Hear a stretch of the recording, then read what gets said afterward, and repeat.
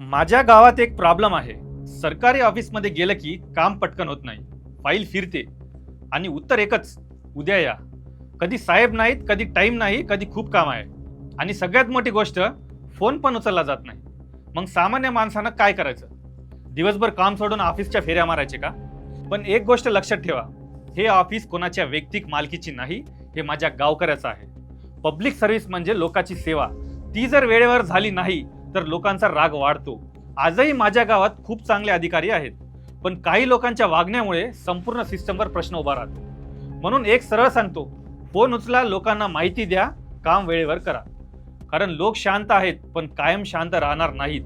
आणि जेव्हा प्रश्न उभा राहतो तेव्हा उत्तर द्यावंच लागतं. नाहीतर लोकांकडे पर्याय आहेच.